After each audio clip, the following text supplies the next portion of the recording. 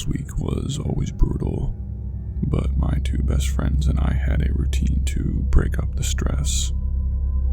After long nights at the library, I'd pick them up, and we'd drive to a large commuter parking lot that overlooked the river and woods.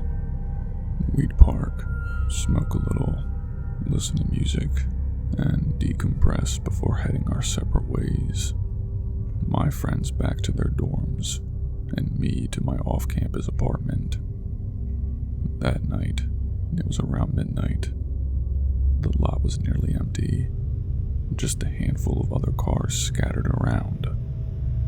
We were mid-session when a local police officer pulled in, sweeping the lot with his spotlight.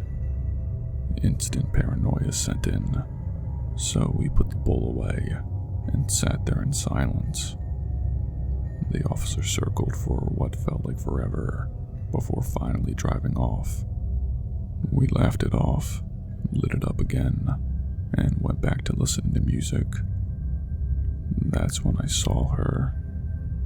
A woman, out of nowhere, standing directly in front of my car.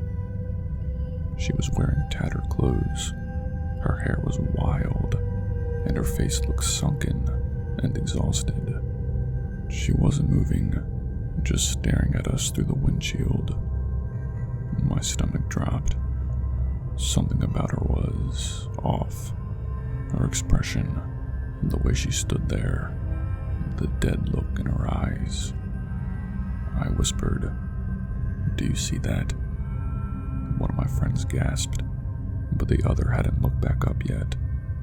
Then, without a word, she turned and walked towards the woods. I wanted to leave. I told my friends something wasn't right, but the one who hadn't seen her directly laughed it off. "We're just high," he said. "You guys are freaking out over nothing." My other friend agreed that it was creepy, but figured she was just homeless or had wandered from the road. They wanted to stay and finish the smoke session. I sat there gripping the wheel, trying to shake the feeling that we were not alone. The lot was dimly lit, mostly by orange streetlights. Beyond them, the woods were pitch black. I kept glancing over my shoulder, that uneasy feeling growing stronger. My friends were laughing about the woman, cracking jokes, but I couldn't relax. My gut was screaming at me. Then, I saw movement from behind my car. I turned just in time to see the same woman sprinting towards my driver's side door, a knife in her hand. There was no time to think. I started the car, threw it into drive, and floored it. My friends barely had time to react before we were speeding out of the lot. My heart was hammering, my hands shaking as I gripped the wheel. I did not stop until we were completely off campus. Nobody spoke for a few seconds. Then my friend in the passenger seat finally broke the silence. "She had a knife, right?" "Yeah," I said. The other friend, the one who hadn't believed us, was pale. What the hell just happened? She had circled the lot. She did not just walk into the woods and disappear. She had used the darkness, moving between the scattered cars, creeping along the perimeter to come at us from behind. The next day, we found out who she was. Apparently, the police had been looking for her. She had just killed her husband and the woman he was having an affair with. She was desperate, on the run, and dangerous. They believed she was planning to steal a car. My car. The attack wouldn't have been just to scare us. It would have been violent. If I hadn't looked back at that exact moment, if I had hesitated even a second, she would have reached the door before I could react. We never went back to that parking lot after that night. My friends still talk about it sometimes. how close we came to being another story on the news.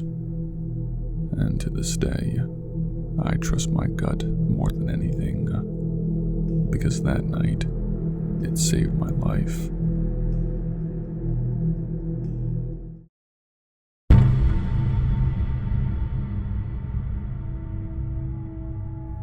I grew up in a two-family house. My parents, my grandmother, and I lived upstairs. My uncle and his wife, Aunt Dee, lived downstairs. I was very close to my Aunt Dee. She wasn't my aunt by blood. She married into the family, but she was kind, always made time for me, and treated me like I was special. She had a daughter, my cousin, but for some reason, I always felt like she gave me extra attention. Maybe she saw something in me. Maybe she just needed someone to see her. I was 5 when things started feeling very different. My uncle seemed off, sad all the time. One afternoon, I was watching TV in the living room while my mom, my grandmother, and my uncle sat at the kitchen table. My uncle was crying. I had never seen a grown man cry before. I asked what was wrong, and my mom told me to go back to the living room. The only explanation they gave was something about his pet bird being sick. Even at that age, I knew that this was a lie, but I didn't push it. Aunt Dee came upstairs that day like she usually did, but instead of coming into the living room and sitting with me and my cousin, she stood in the hallway, just stood there, smiling at me and waving. At first I waved back, thinking she was playing a game, but she did not move. She just stayed in the hallway. A minute, maybe 2. Then she walked away. She started doing that more often. She would come upstairs, stand in the hallway, wave, and then leave. I'd ask my mom why she wasn't coming in, but my mom would brush it off. She's busy, or she's just checking on you. But it felt weird, off. I did not understand why she wouldn't step into the living room anymore. Then, one day, she just stopped coming. I asked my mom where she went, and she told me Aunt Dee had moved. She and my uncle broke up. That was it.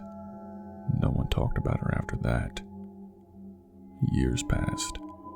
I was about 12 when I thought about her again. It was around the holidays, and I asked my mom why Aunt Dee never came around to see my cousin. My mom and grandmother exchanged a look.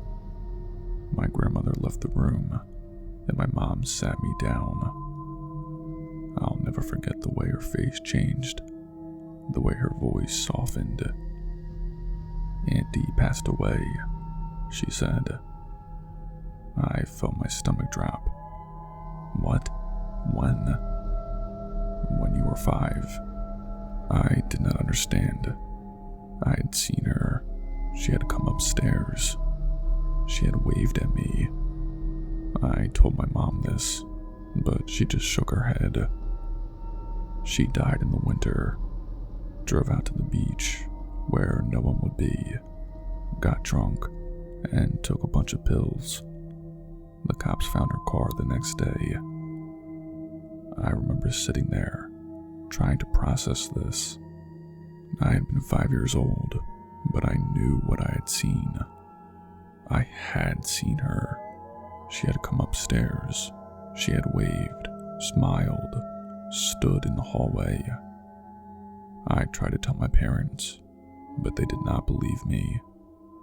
They said I must have been confused, that I was young and probably mixing things up. But I wasn't. I know what I saw. The thing that gets me the most is that hallway. She wouldn't step out of it. I don't know why. I don't know if she was trying to say goodbye, if she wanted me to see her, or if she just couldn't come any further. I never brought it up again, but sometimes I still think about her, standing there, smiling, waving, not saying a word, just there, and then gone.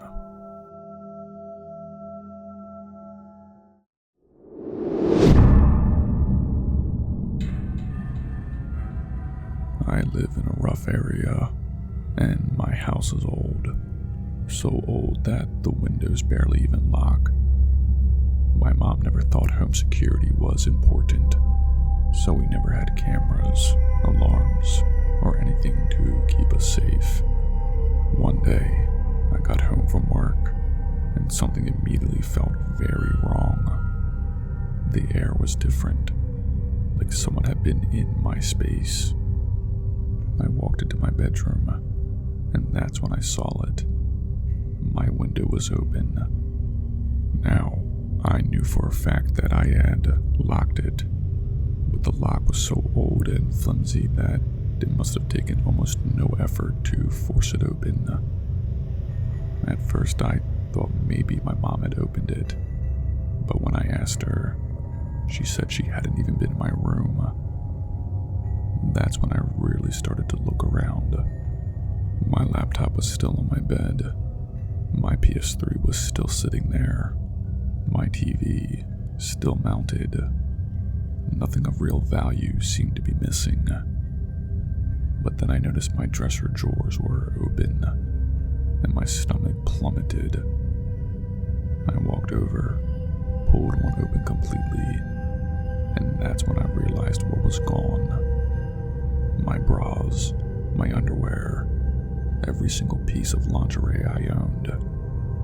Someone had broken into my house, and instead of stealing money, electronics, or anything valuable, they only took my undergarments. I felt sick. The thought of someone being in my room, digging through my most personal belongings, made my skin crawl. Whoever did this wasn't looking for money. They were looking for something much more personal.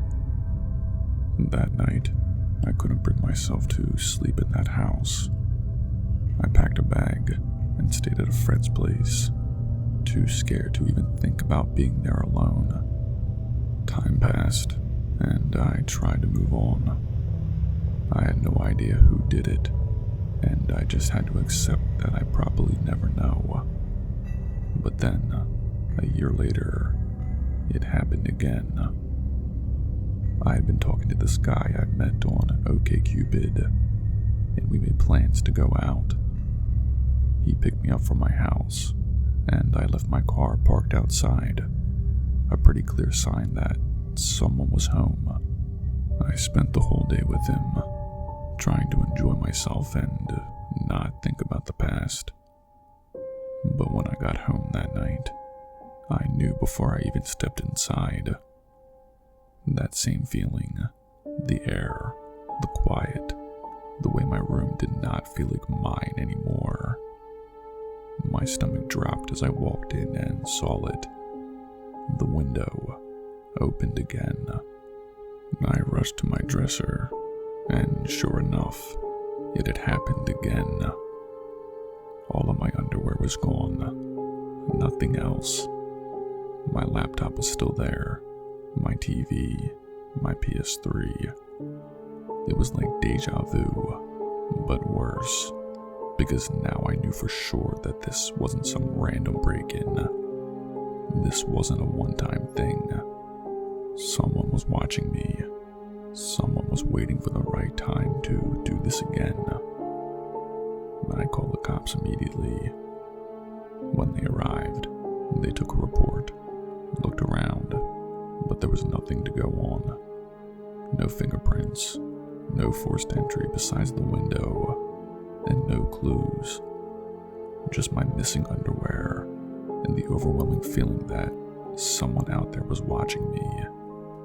And the scariest part, my car had been outside. They broke in knowing that I might be home. Or worse, they knew I wasn't. That thought still haunts me. Were they watching when I left? Did they follow me to know I wouldn't be back for hours? Did they want me to be home when they did it? I have no answers. Just the sick realization that whoever did this wasn't afraid. They weren't just some thief looking for a quick steal. They wanted something more. The police never caught anyone. The case went cold almost immediately, and I never found out who did it. To this day, I get chills just thinking about it. I have moved since, and I finally have cameras and better locks, but I still check my windows obsessively, still feel uneasy every time I come home. Because once someone invades your space like that, once they violate your sense of safety, you never really shake the feeling. And the worst part, I know they're still out there.